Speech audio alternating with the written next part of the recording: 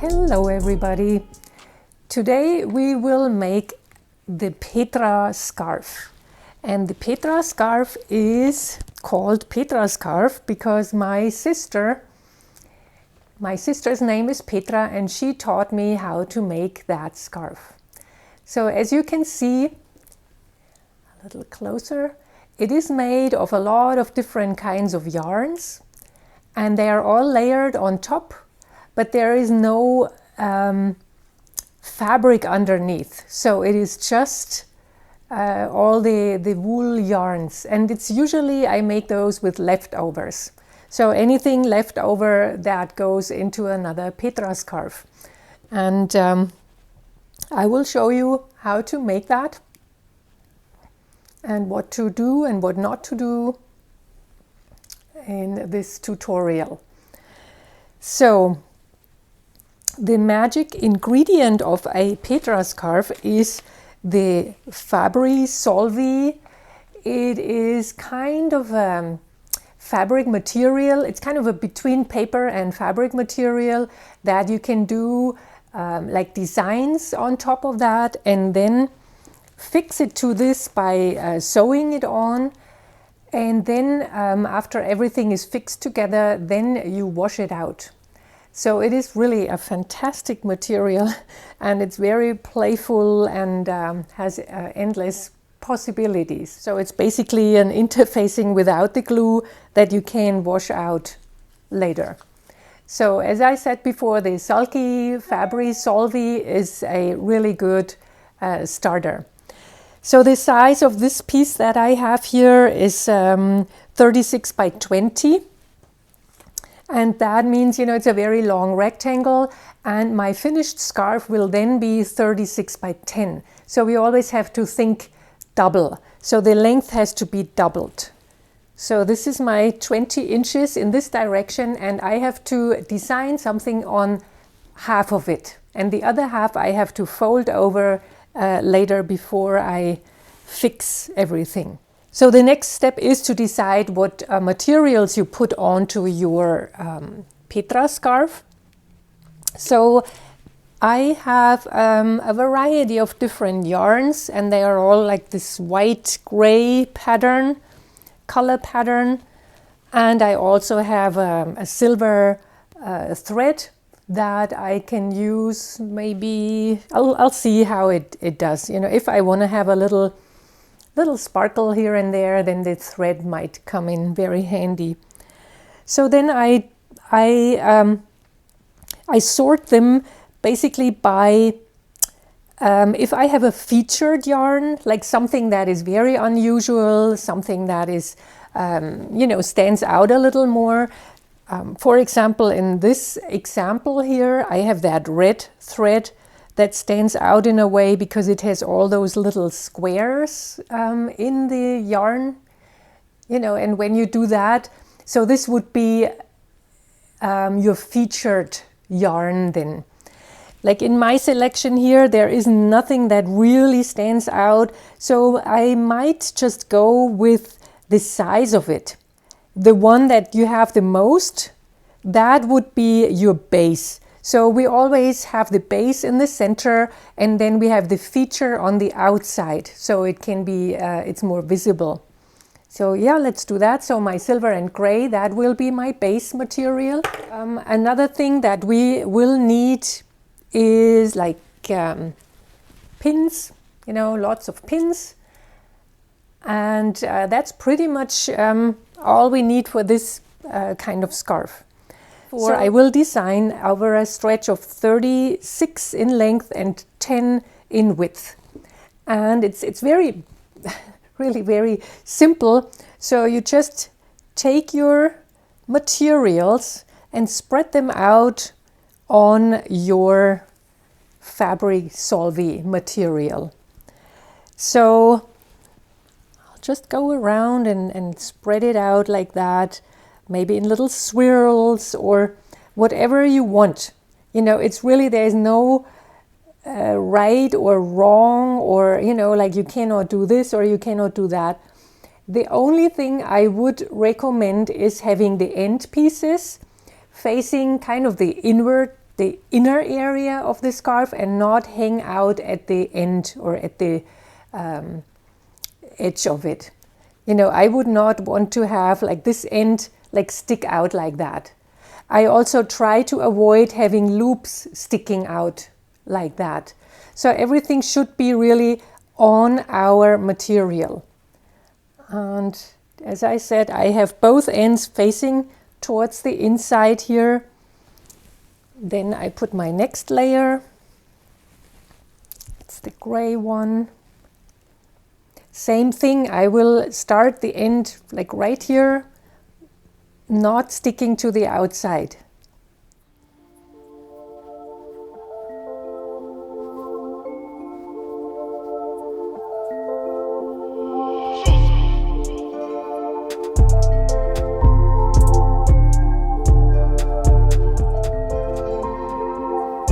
And then I will put my base material. That's the one where I have most of my, or the biggest amount of my yarn.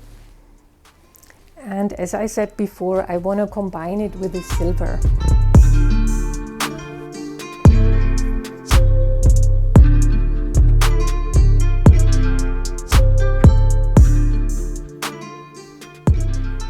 I will put the white, the thicker white one, the one that I had started with.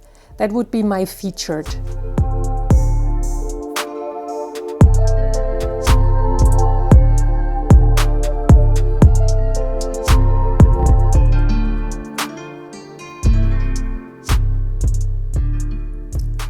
Okay, so now we have all our layers here. Just press it down a little bit so nothing stands out too much.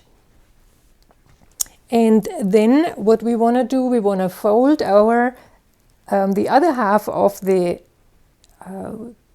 sulky thing, you know. We fold over our piece here. And then double check if nothing sticks out. You know, we don't want any loops to stick out. Just think about little children's fingers and, you know, or your cat or, you know, anything that sticks out too much might catch on something. Or when you wear your scarf, big loops would catch on your purse hardware or something. You know, we don't want that to happen. So that's why the outside loops shouldn't be too big and too lonely, you know, sticking out there. So now comes the fixing part, and that is that we kind of combine those two with pins. And for those of you who know me, I am not a big pinner, so I very rarely use pins, or then I just use very few of the pins. But this time I want to overpin it. I really want to just clutter it with pins. My pins will attach the top fabric solvi and the bottom and all the yarns in between. And I will put those in so they all face the same direction, and they are all about maybe 2 inches apart.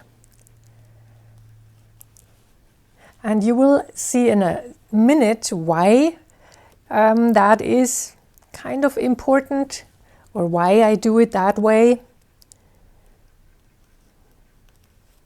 So it's always like 1.5 or 2 inches apart, as long as you have the same all over this scarf.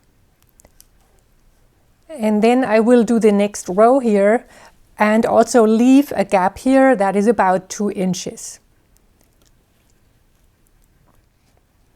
So now I have my pins attached, and as you can see, they are quite dense to each other, but always like with a 2-inch area in between. So the reason why I have them aligned so well and all of them facing in one direction is because of the next step. And I will show you on a piece of paper what we are going to do now. So let's say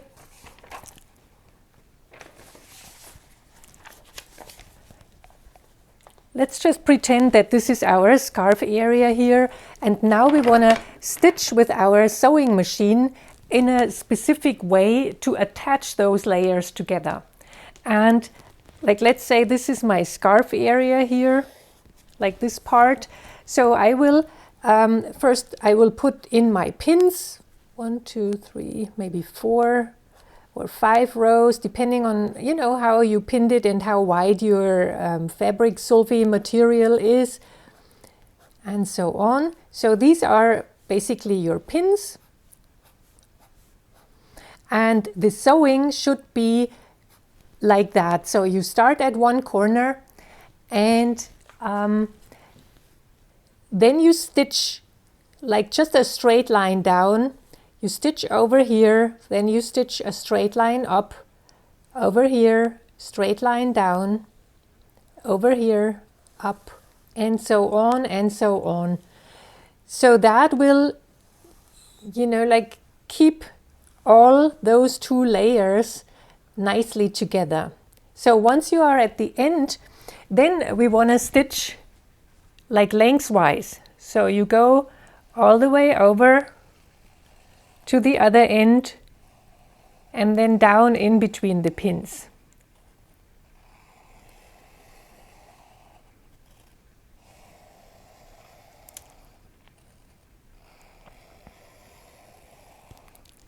So this is basically the pattern that you want to have. So every pin is surrounded by a row of stitches. And I will show you the Petra scarf again that I made before. And when you look closer, like I used a black thread for these, and you can see the grid that I used, and it's going up here. So this is a lengthwise stitch, that's lengthwise. And this is upright, there is upright.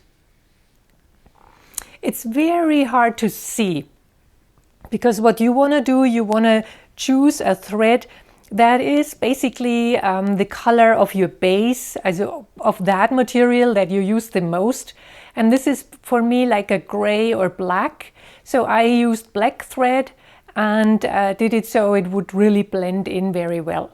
And it's, as I said, it's very hard to see. But when you look very close, you see that it has a grid pattern. So, okay, I will go and do that with my sewing machine now on my scarf, and then I'll be back. Okay.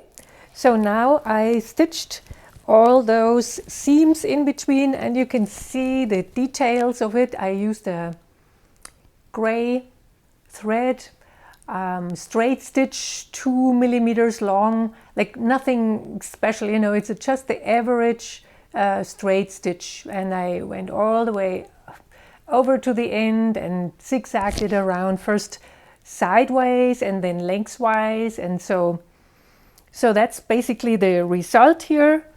And that's the back side. So you have like little pouches almost, and in those pouches is like 1 pin each. And that's why it really makes sense to line the pins up like the way I did.